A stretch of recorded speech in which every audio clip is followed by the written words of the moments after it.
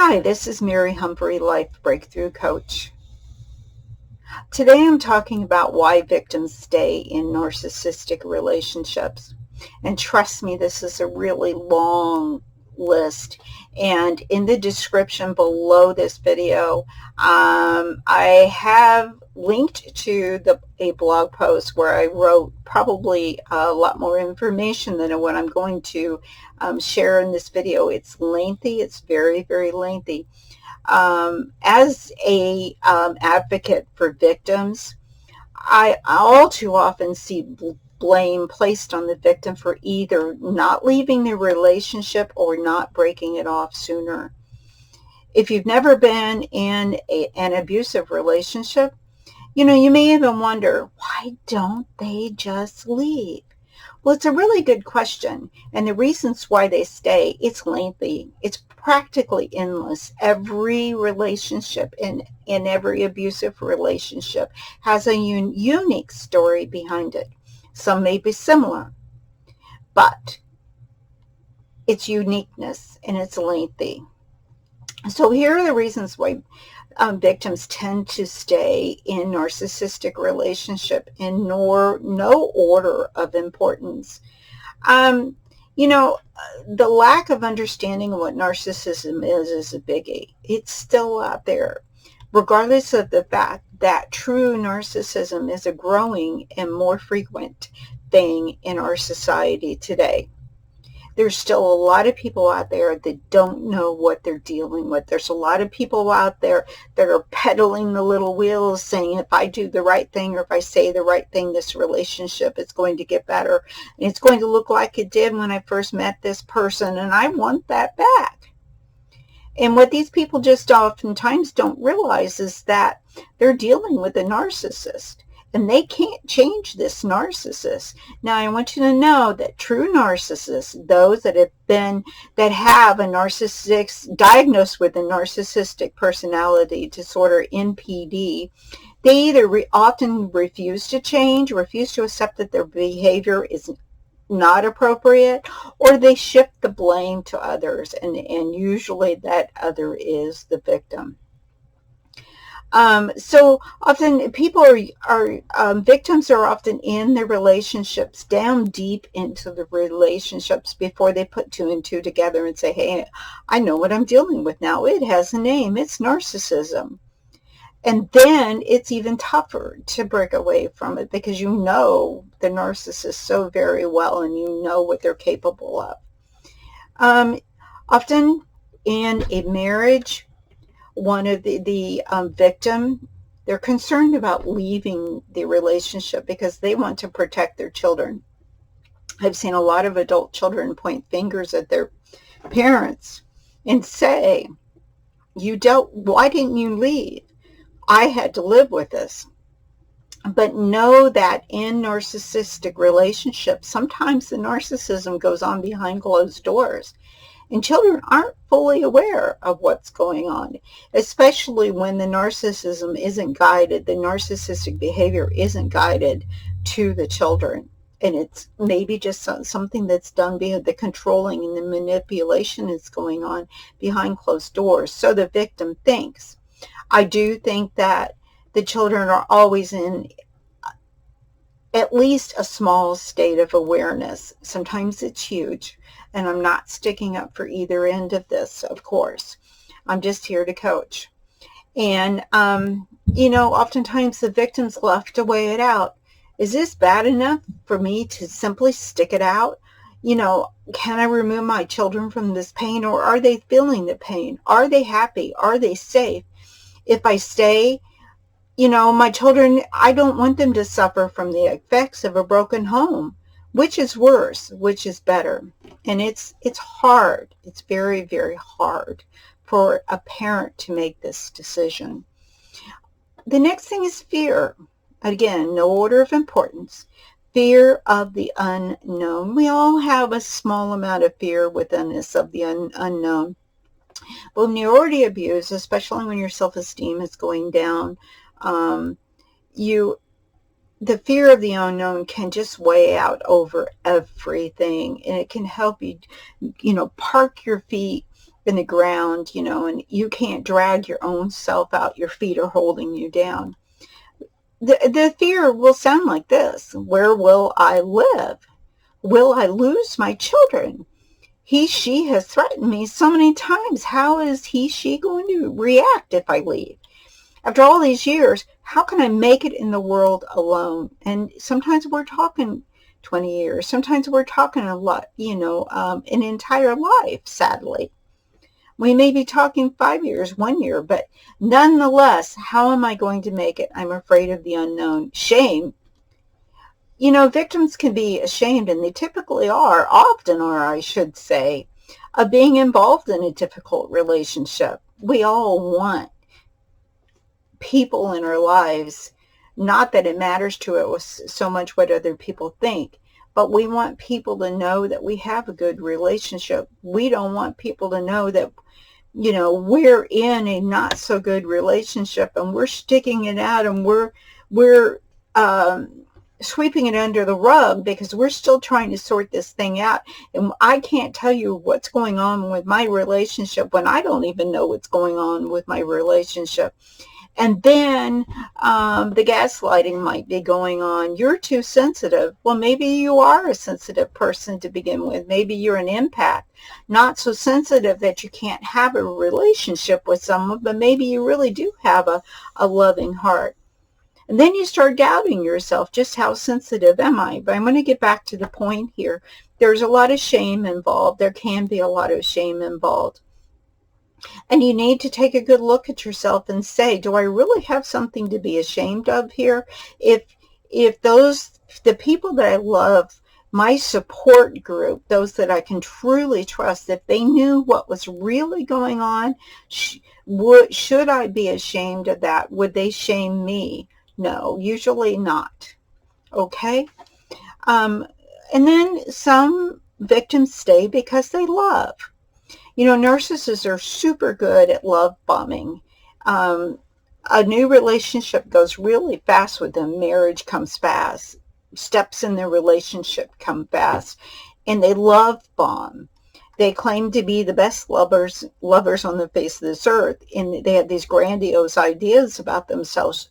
Some narcissists do. And so they love bomb. They don't know they don't know how to have empathy, and they don't know how to give you the things that you need in life, but they can tell that you're absorbing this love bombing. They can tell that you're absorbing this attention and whatever comes with it. And by the time that their behavior becomes apparent to the victim, the narcissistic behavior, the victims, often they've fallen madly in love with this narcissist. And when their feelings when they start feeling heartbroken over the manipulation and over the control and over the abuse, the emotional abuse, the victim can simply want that person back that showered them with love in the beginning. So love is a big part of this. Financial control is a huge reason why victims will stay with a narcissist. And I see this as two ways.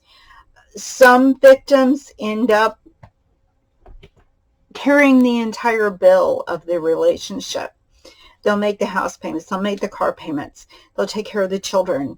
They'll do everything they can possibly do while the narcissist doesn't work so well and doesn't bring home an income.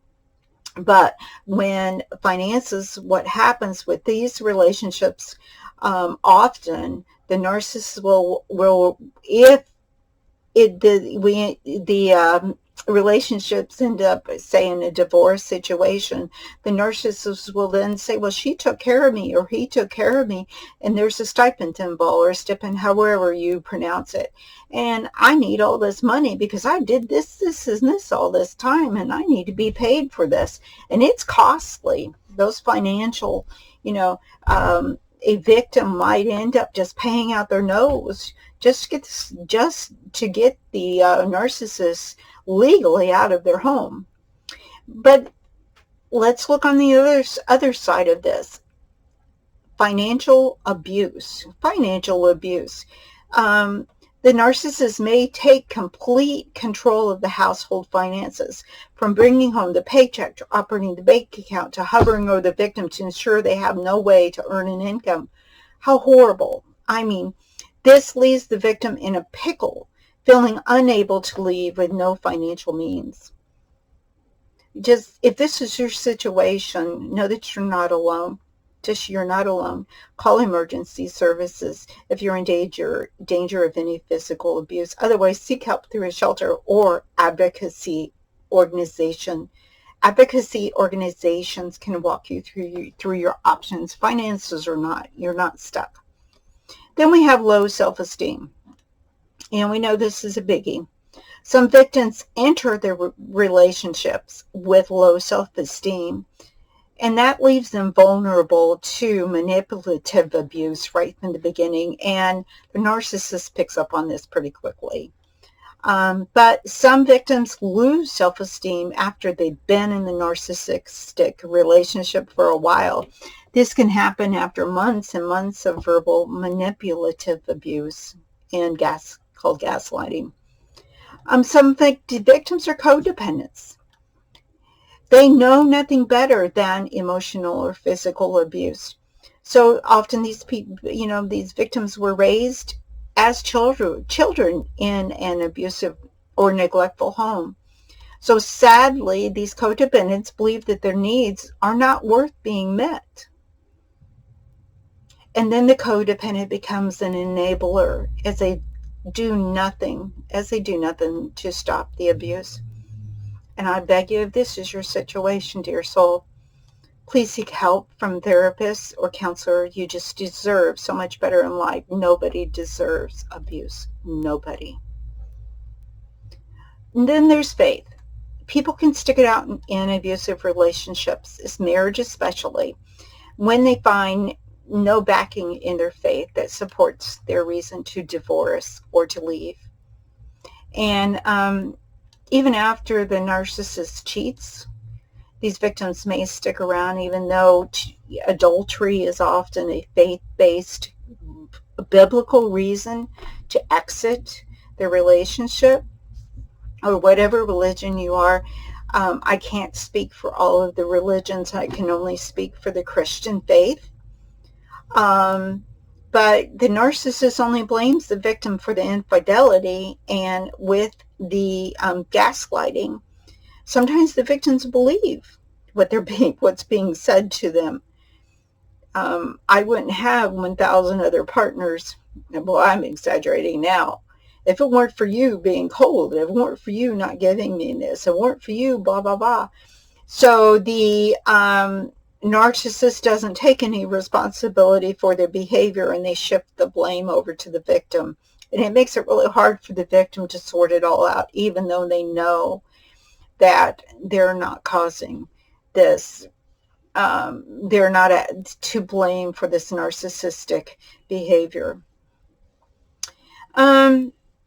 So, there's just so many reasons why a victim will stick it out.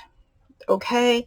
And the one thing I want you to do is to avoid blaming or shaming the victim. Just don't blame or shame them. And I'll link to another blog post in the description below as well.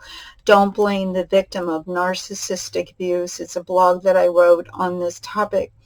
Shaming the victim is abusive in itself. It really is, because you're not in that relationship, and the narcissist is really, really good for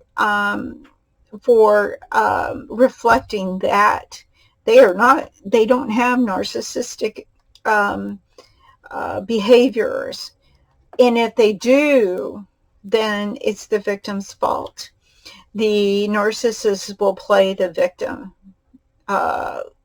It happens frequently, and I really hope you're not experiencing this. So instead of shaming or blaming, ask yourself, what can I do? What can I do for the victim? How can I help? You can listen. You can really, really listen. Listening is the best form of communication. All good communication starts with listening. So in the blog, you don't blame the victim of narcissistic abuse, especially read Don't Say These Things to the Victim and what you can do to help. So to really pay close attention to those. And also, just please practice compassion. As common as narcissistic abuse is, our world needs to develop compassion, especially for the victims. And I believe that can only happen through education. And education really, in this case, it's an understanding of narcissism and narcissistic relationships. Just really need to understand what's happening. There's so many victims that are blamed. And a victim will think, often will think, I'll go to my pastor, and the pastor points the finger and says, you're not being a good wife, you're not being a biblical wife. Your husband's can't come to me already, and he's expressed himself as the victim. The narcissist may have a whole community full of flying monkeys, people that he is convinced that he is the one that's the victim, and that you, the victim, are really the one that's causing this abuse. And they won't say it's abuse, but they're causing the behavior of the narcissist. So they're shifting the blame on to someone else, and the narcissist is not taking responsibility for themselves at all. So, be very aware of that and practice compassion. There's a couple of things that come to my mind, and one is don't judge a book by its cover. So be very careful at how you label people. There's a lot that goes on behind closed doors, and unless you're there 24/7, you really, you don't know the absolute truth. If you are a victim of narcissistic abuse, I want you to know that I want you to thrive. I don't want you to survive. I want you to thrive. You deserve nothing less than that. And have self-compassion for yourself. Take care of yourself. The healing process is lengthy. Oftentimes we maybe even starve for love. We hear the narcissist say, I'm starved for love, and they're out looking for love connections. And you're the one that's starved for love because you've been without it for 18 years. But this is a time frame, no matter how long you've been with this narcissist, that you need to just be gentle on yourself, have self-compassion, self-care, tiny little baby steps. Then you truly heal. Then you do that 180, and you can look back after you've done that 180 after time has passed and said, wow, look what I did. Look at who I am today. I'm not the same person I was before this relationship started. I'm better than I was. I have learned a lot. And I won't be in that type of relationship again because my eyes are open. You will learn to love again, or you'll learn that, hey, I like living alone. Either way, more power to you.